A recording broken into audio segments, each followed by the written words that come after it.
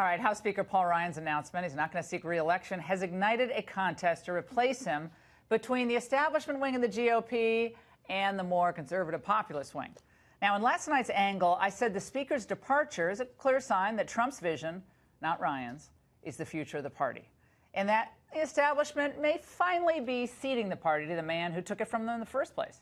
However, Ryan claimed today that the more populist Steve Scalise has conceded the speakership to the establishment favorite Kevin McCarthy. But that's not exactly what Scalise said on Fox News this morning.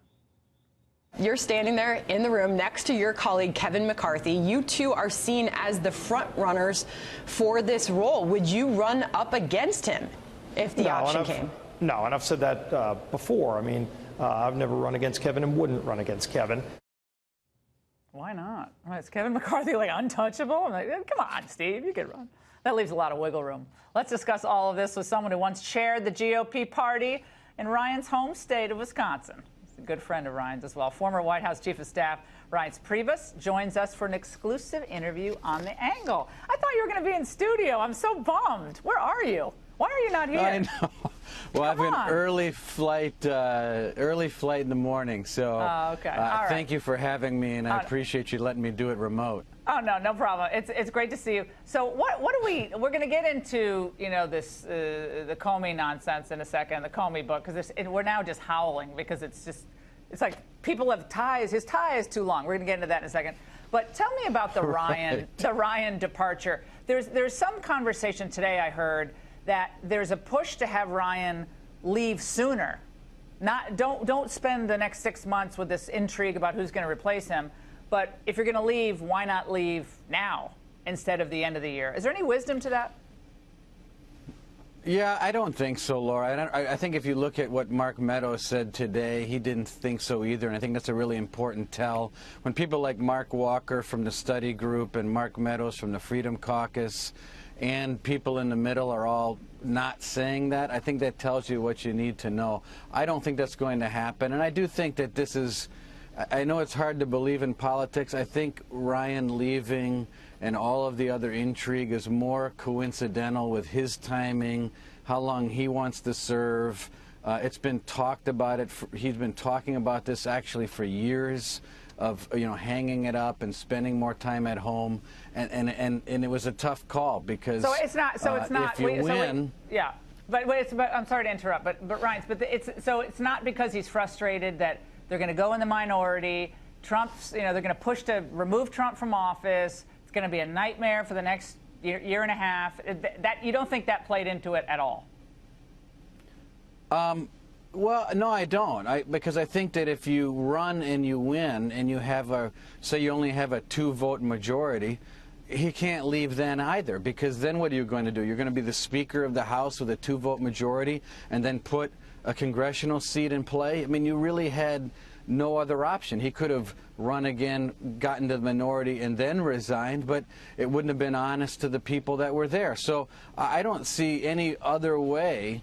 When you go to pancake breakfast, Laura, and I know you know politics and you do all these things too, but when you go to pancake breakfast for 20 years in these little towns that you represent, it is very difficult to ask people to put up 4x8 yard signs all over the district, knowing that coming January you're only going to say, I'm out of here, and then you have to go home and live with the people that you just lied to.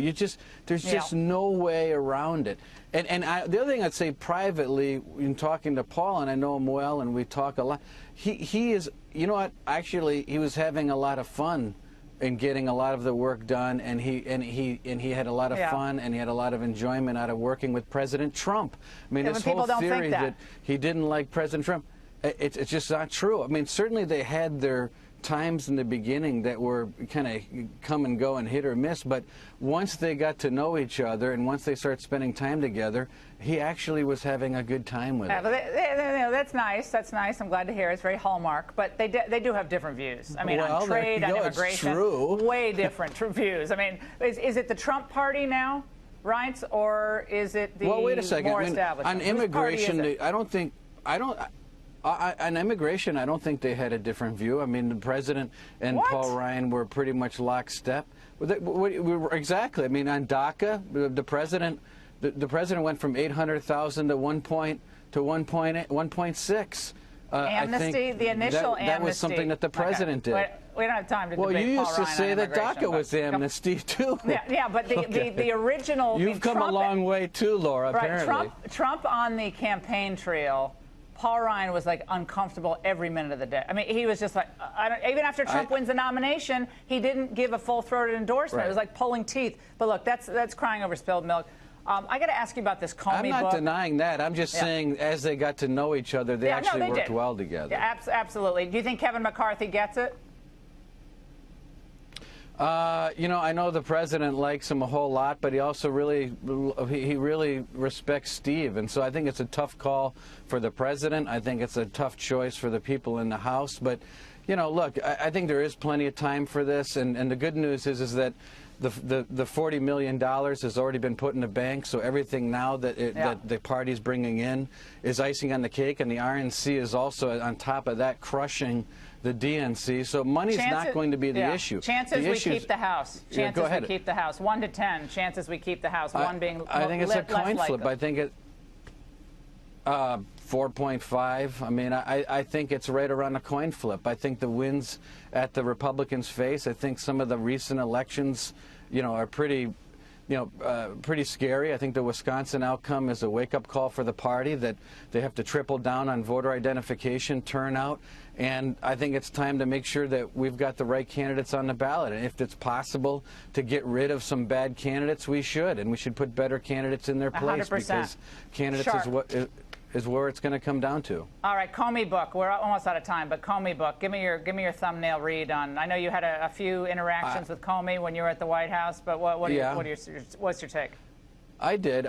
Listen, I know I've heard all the conversation you had. It was great in the segment before, and I don't disagree with a lot that was said. But the one thing that I would say that I haven't heard is how just generally improper it is for the highest appointed law enforcement officer in the country to then turn around a half a year later and write a kiss and tell about the president. Look, I mean, everyone has their gripes, and I'm sure, you know, I could tell you privately a few gripes of my own, but it's just not a proper thing to do today, especially given he was the director of the FBI. It's one of those things that, you know what, you take your lumps. Did you like him when you dealt with him?